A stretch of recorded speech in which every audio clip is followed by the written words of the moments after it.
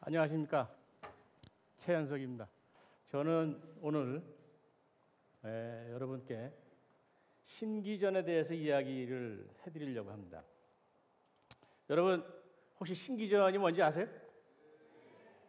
다행입니다. 왜냐하면 대답 소리가 적은 걸 보니까 아시는 분이 별로 없는 것 같아서 정말 다행입니다. 왜냐하면 전부 다 아시면은 저는 그냥 내려가야 되거든요. 신기전의 종류는 이렇게 앞에 보시는 것처럼 4가지가 있습니다. 제일 아래에 있는 게 크기가 제일 작죠. 그래서 소신기전입니다. 소신기전은 길이가 1m 15cm의 이 화살대의 앞부분에 종이를 말아서 만든 약통이 달려 있습니다. 길이는 약 15cm 정도 되고 직경은 2cm 정도 되는데 이 속에 흑색 화약을 집어넣고 불을 붙이면 이 뒤로 화염이 분출이 됩니다. 그러면 이 화염이 분출되는 반작용으로 이게 날아갑니다. 얼마를 날아가냐면 100m 정도 날아갑니다. 혹시 소신기전 비행하는 거 보신 분 없으시죠? 그래서 제가 보여드리겠습니다.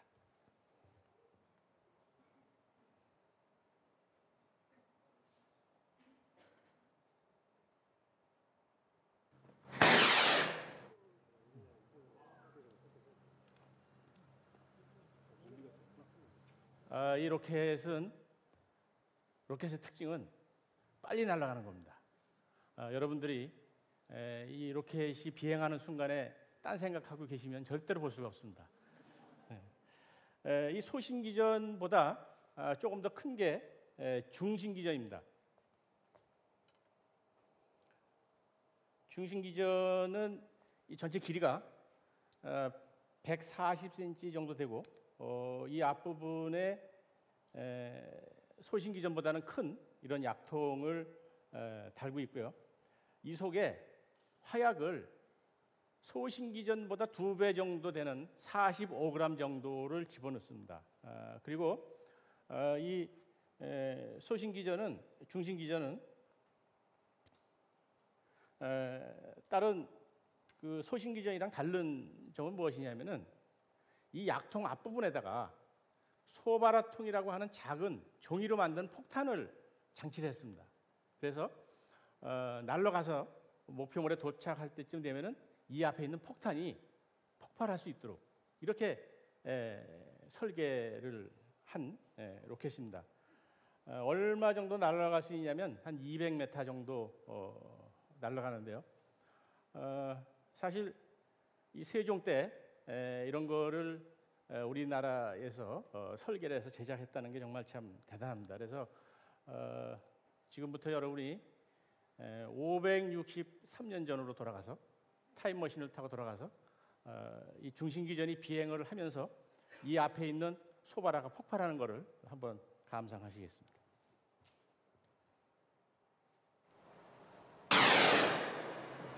네, 지금 비행을 하고 있습니다. 폭발하는 거 보셨죠? 이 폭탄이 작아가지고 이렇게 대단하지는 않습니다. 지금도 폭발을 했는데요. 이런 그 로켓을 우리 이 할아버지들이 참 옛날에 개발했다는 것이 정말 참 대단하고요. 그리고 이 신기전 중에서 제일 큰 거는 대신기전입니다. 그런데 어느 정도 크냐 하면은 무척 큽니다. 제가 가지고 나올 수가 없을 정도로 커요. 전체 이 화살대의 길이만 5.3m 정도가 됩니다. 그래서 근데 제가 그냥 올 수는 없어서 이 앞에 화약을 담는 약통만 가지고 나왔습니다. 약통이 바로 이만합니다. 무척 크죠? 이 속에 화약을 흑색 화약을 3kg 정도를 집어넣을 수가 있어요.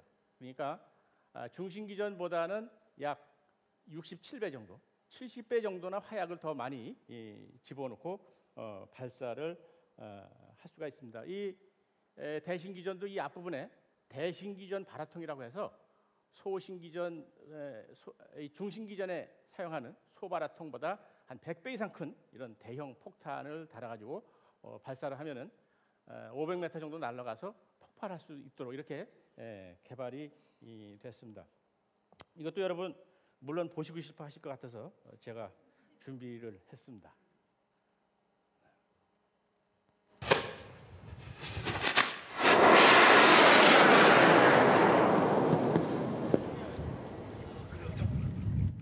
네, 아주 멋있게 날아가죠.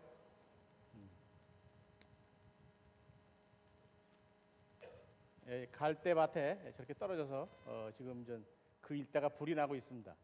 그리고 지금 폭탄까지 이렇게 터졌습니다. 근데 우리 그 세종대 로켓 과학자들은 이 정도 가지고는 부족하다고 생각하신 것 같아요. 그래서 이 대신기전을 개량을 해서 산화신기전이라는 거를 개발을 했습니다. 산화신기전은 이 대신기전 약통의 윗부분에다가 지화통이라고 해서 소형 로켓을 이런 거를 3개를 이렇게 또 장착을 했고, 또 이 지화통에는 소발화라는 작은 폭탄을 설치를 했습니다. 그래서 이 대신기전이 비행을 하다가 목표물에 도착할 때쯤 되면은 이 지화라는 2단 로켓에 점화가 돼서 3개의 로켓가 또 분리돼서 나오다가 폭탄이 터지는, 정말 상상할 수 있는 최상의 이런 무기를 우리 선조들이 옛날에 개발을 했습니다. 보고 싶으시죠? 그러면 실험 단계였기 때문에 지화를 하나만 집어넣고서 발사를 했어요. 놓치지 마시고 지화가 분리되는 걸 한번 감상을 하시기 바랍니다. 이게 산화신기전이고요.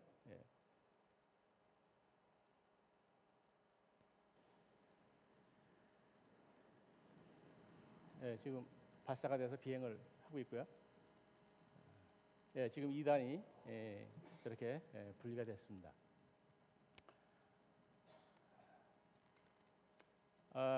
그 옆에 자동차에 충돌할 뻔했습니다. 저 일부러 맞추려고 한 건 아닌데 하여튼 큰일 날 뻔했습니다. 여기 실험했던 장소가 화성에 있는 자동차 성능 시험소인데 아직 신차를 개발 중이었었는데 제가 이 산화신기전으로 아주 박살을 낼 뻔했습니다. 이 산화신기전은 이제 이렇게 한 발씩 발사를 할 수가 있는데 세종 다음의 왕이 누군지 여러분 아시죠? 바로 여러분들이 아시는 바와 같이 문종입니다. 근데 이 문종 왕이 세종 때 왕세자로 있으면서 사실 세종 때 이런 우리나라의 화약 무기를 개발할 때 왕세자로 있으면서 책임자로 있었습니다. 그렇기 때문에 왕이 된 다음에 독자적으로 개발을 했는데 그게 이제 바로 화차라는 것을 개발했습니다. 화차는 불자동차가 아니고요. 이런 소신기전이나 중신기전을 한 번에 100발씩 발사할 수 있는 이런 엄청난 무기를 벌써 세종 다음 때인 문종 때 1451년에 개발을 했습니다. 이것도 지금 그 시각 효과를 좋게 하기 위해서 밤에 발사를 했는데 밤에 발사하는 걸 여러분 보시겠습니다.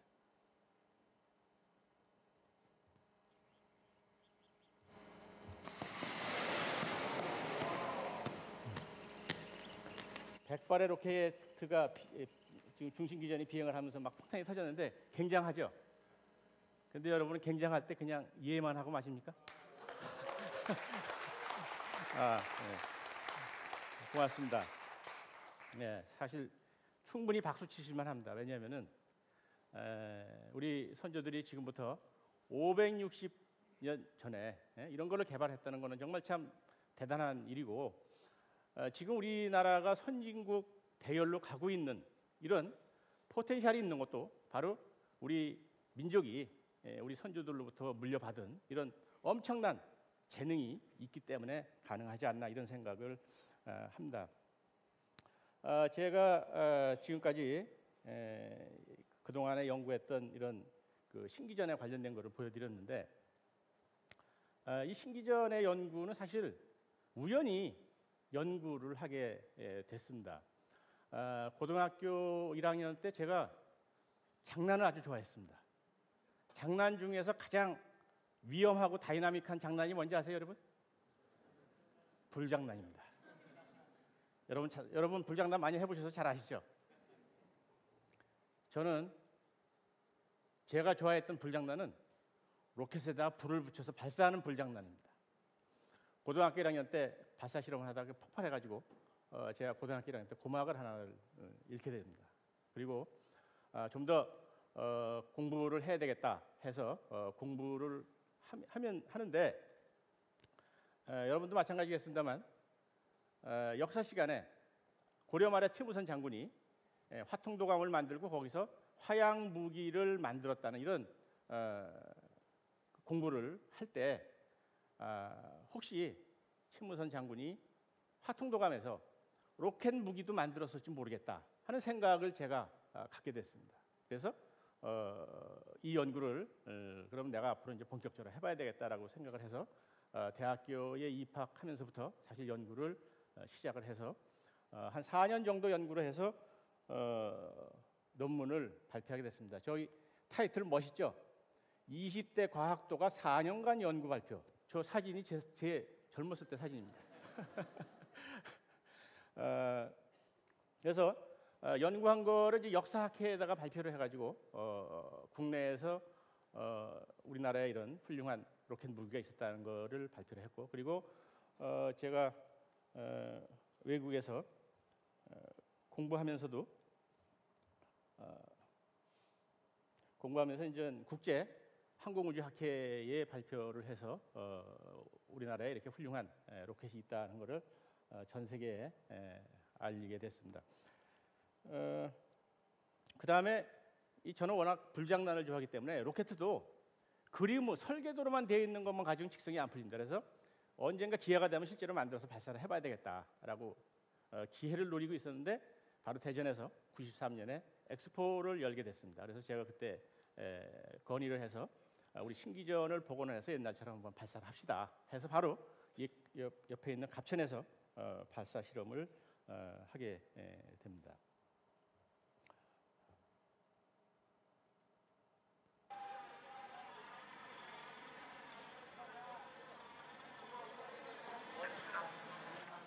많은 박수로 축하해 주시면 감사하겠습니다.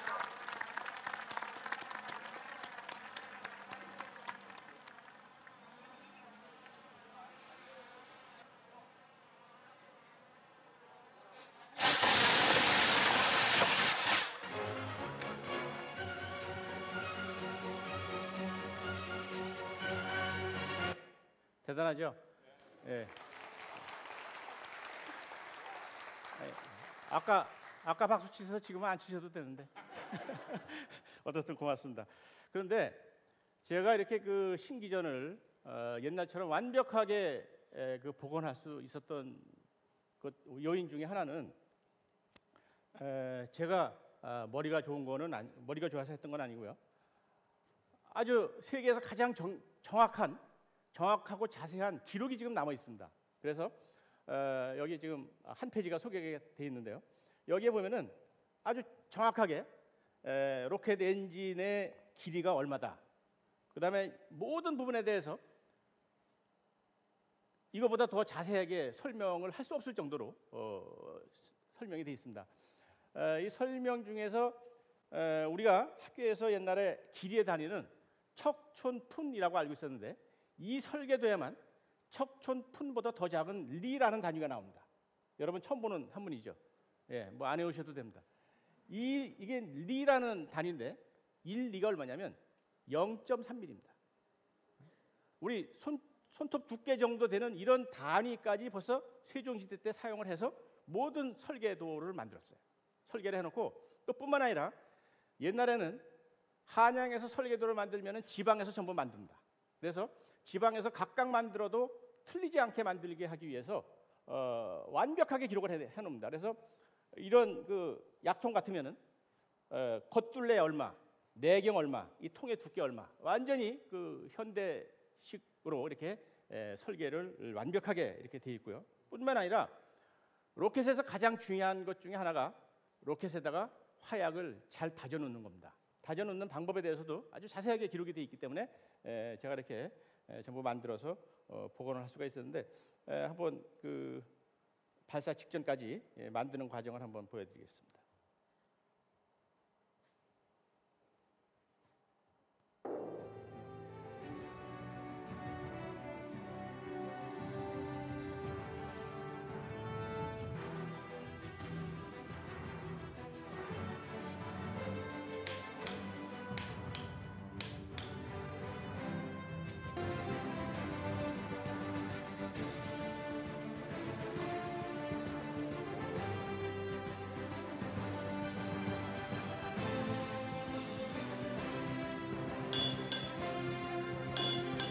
대장간이 아니고 화약을 지금 장기하는 거 2단 로켓을 현재 조립하는 과정이고요.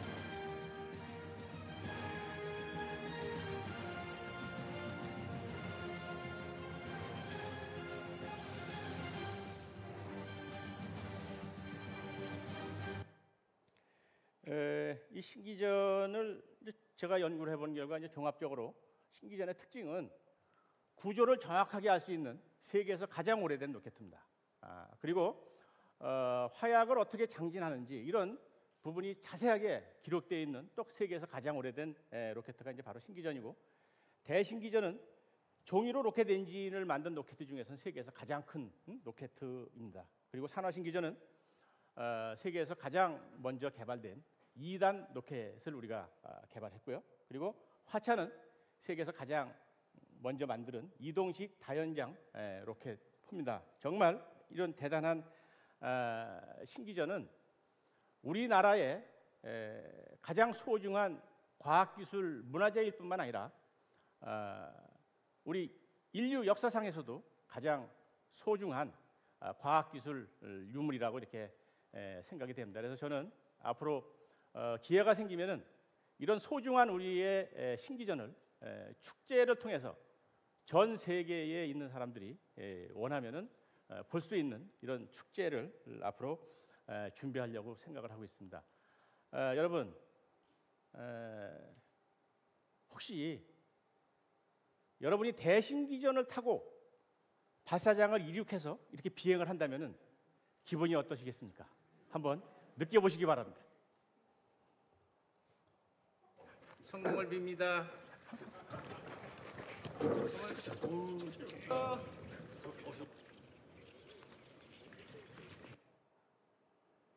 지금 이제 비행을 카메라를 다룬 대신기전이 지금 비행을 하고 있고요. 땅에 떨어진 다음에는 바로 이제 대신기전에 다룬 카메라. 저 밑에 발사장이 보이고 있습니다. 네, 고맙습니다.